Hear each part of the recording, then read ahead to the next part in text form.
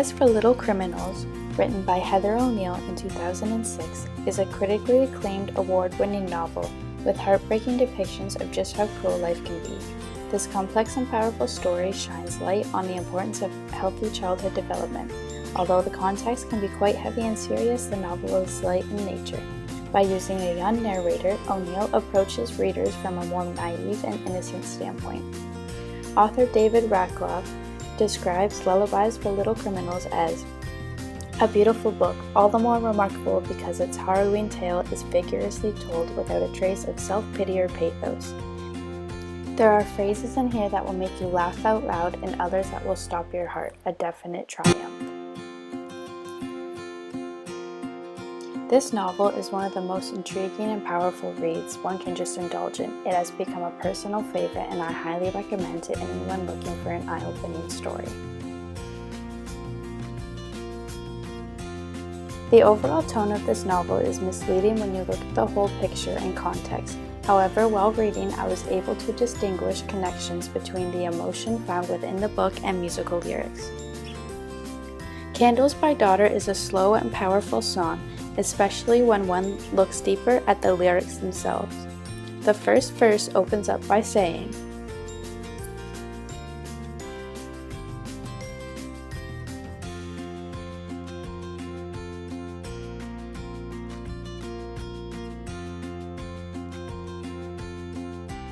in relation to Lullabies for Little Criminals, these lyrics can speak about the naive perspective of Baby. She is aware of the power her pimp and her past have over her, yet her innocent nature keeps her silent and compliant. Extraordinary Girl by Green Day talks about a broken relationship between two people and the consequences that brokenness brings. When put into the context of Lullabies for Little Criminals, the song can almost be about Baby and her father, Jules.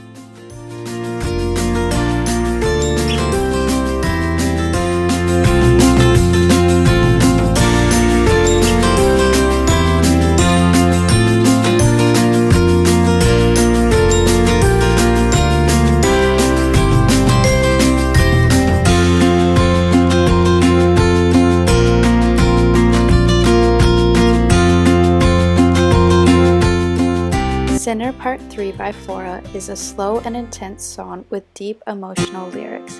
Again, elements of this song can connect to Baby's life, relationships, and overall trauma she experienced.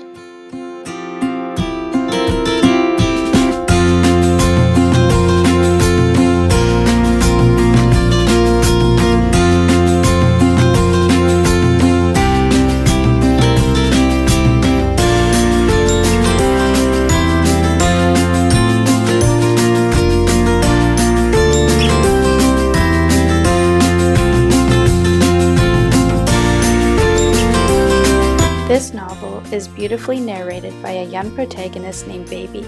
Baby is the 12-year-old girl whom the novel focuses on and follows for 2 years. She was born while her parents were in high school, leading to the death of her mother not long after. Baby is left with her father Jules as her caregiver. However, Jules is more of a child himself. He is severely addicted to heroin, continually partaking in criminal activity, and overall prioritizing his addiction over his daughter. Together, Jules and Baby undergo many transitions between places in Montreal where they develop relationships with junkies, pimps, and abused children. Eventually, Jules has to be placed in a hospital and treated for severe tuberculosis, leaving Baby to be put in a foster home. At the foster home, Baby is introduced to many other children who live the same lifestyle as herself. She becomes close with most of these kids and was very well taken care of by Isabel, the foster home director. Months later, Jules is released from the hospital and returns for Baby. Unfortunately, Jules' priorities are completely overtaken by his addictions and he begins to lash out on Baby. This traumatic event caused Baby to run away from her father and home, to then find comfort in none other than the local pimp, Alphonse. Simply being associated with the story's antagonist leads Baby in juvenile detention center for a few months. Once Baby had served her time, she returns to Alphonse and they quickly develop an intimate relationship, and she becomes one of his girls.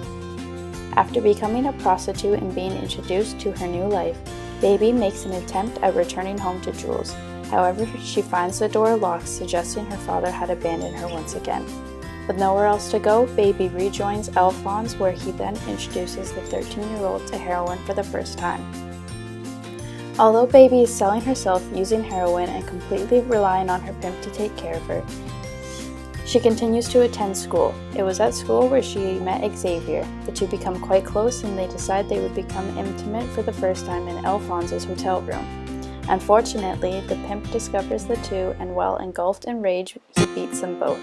Alphonse proceeds to take the children's drugs and use them to overdose and die while Baby was passed out beside him. Now left completely alone, Baby has no choice but to look for Jules at a nearby homeless shelter. When reunited with his daughter, Jules explains that they will be moving in with his cousin to help take care of her, and they lived happily ever after, I guess. Throughout Lullabies for Little Criminals, many themes could be identified. However, the most prominent theme is loss of innocence and its influence on development. From the very beginning, readers are given many details, examples, and stories that would lead one to believe Baby's innocence was taken from her at a young age. Throughout all of Baby's life, she was regularly exposed to drugs, abuse, and illegal activity. Later on in life, that list grows longer as Baby grows curious about the adult world's temptations. Without the guidance and support from a father or mother, Baby must teach herself many of life's big lessons. As a child develops, they are meant to be loved, nurtured, protected, and positively influenced into adulthood.